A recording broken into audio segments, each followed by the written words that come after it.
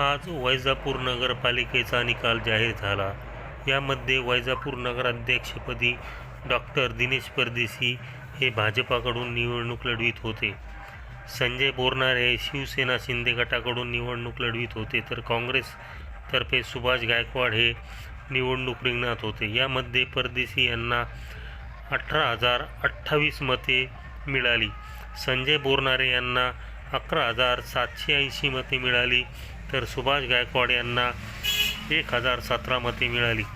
Doctor Dinesh परदेशी हे 6,248 मतांनी विजयी झाले. विजयी झाल्यानंतर त्यांच्या कार्यकर्त्यांनी विजय मिरवणूक काढली व त्याचे रूपांतर सभेत झाले. या सभेदरम्यान डॉक्टर दिनेश परदेशी यांनी स्पष्टपणे सांगितले की ही निवडणूक माझ्यासाठी अटीतटीची नव्हतीच.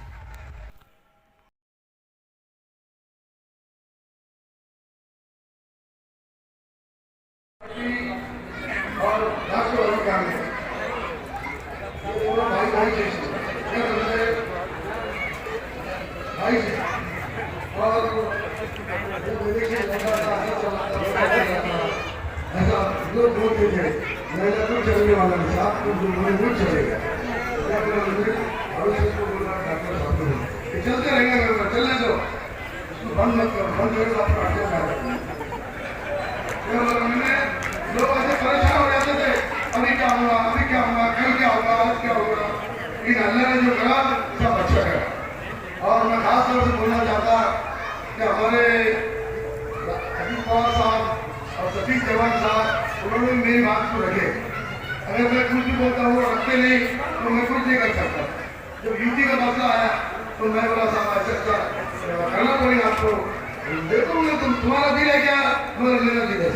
तो उन्होंने यश कर दिया। फिर मैं बोला क्या बोला ऐसा एक्शन होगा, इलेक्शन चालू हुआ।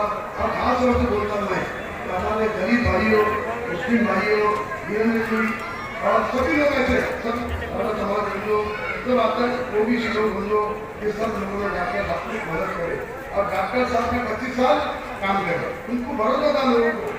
तो ऐसे नहीं थे, ऐसे लोगों को देते नहीं, वो भी आगे डिसीजन देते। खास तौर से इनकी काम की पावती थी, इन्होंने काम करते थे, गरीबों में रहते थे, गरीबों में कोई आदमी आया तो उनके घर से खाली नहीं गया। ऐसा अल्लाह करे से मेरे पास क्या आया हुआ।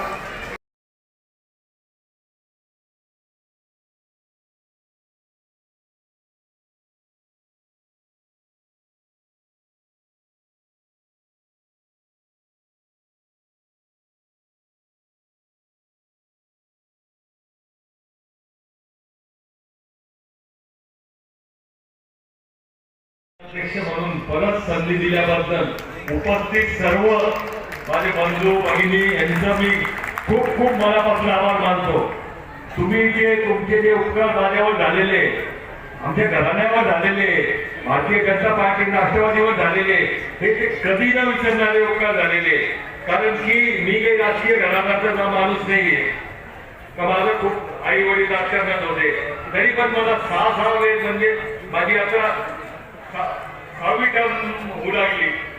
3दा जनरल मधून मला 2दा निवडून दिलं, माझ्या पत्नीला 1दा निवडून दिलं, मला 3-3दा नगरसेवक मेजॉरिटी दिली। त्याबद्दल मी सर्व वैजापूर शहराचे व सर्व मतदारांचे खरंच मनापासून खूप खूप आभार मानतो। काही गोष्टींचा मला इथे खुलासा करायचा आहे।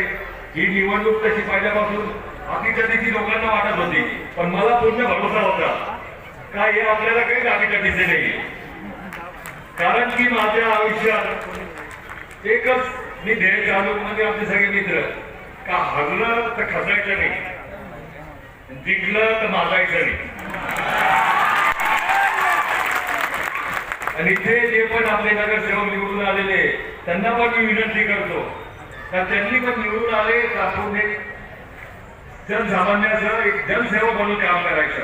आणि ज्यांचं पराजय झालेलं आहे अखिल भाई खसने का नहीं, तुम्हारी उम्र नहीं हुई एक अभी जो बप्पू हे नाही झाले, मैत्री कुठे लढत झाली, कडला खूपच चांगला लढला, तुला पण खूप आयुष्य आहे।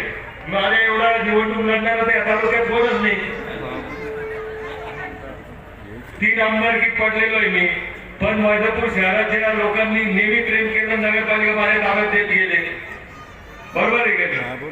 9ला पहिल्यांदा आदरणीय माने साहेबांसोबत पडलो, नंतर परत 14ला पडलो, आत्ता पडलो, पण नंतर ते नगरपालिका मला देत गेले.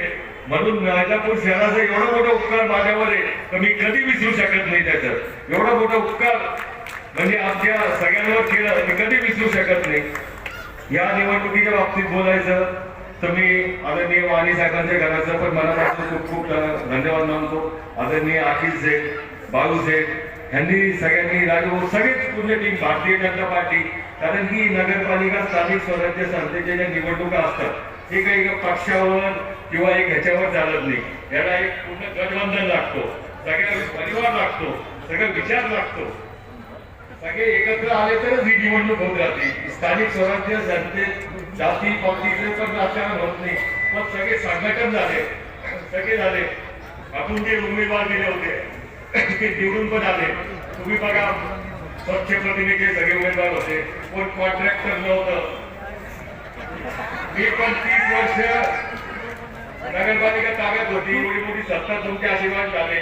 माझं कधी जेसीबी झालं नाही, टँकर झालं नाही, मी कधी कॉन्ट्रॅक्टर झालो नाही, माझा भाऊ कधी कॉन्ट्रॅक्टर झाला नाही, माझा मुलगा कधी कॉन्ट्रॅक्टर झाला नाही, भविष्यात पण होणार.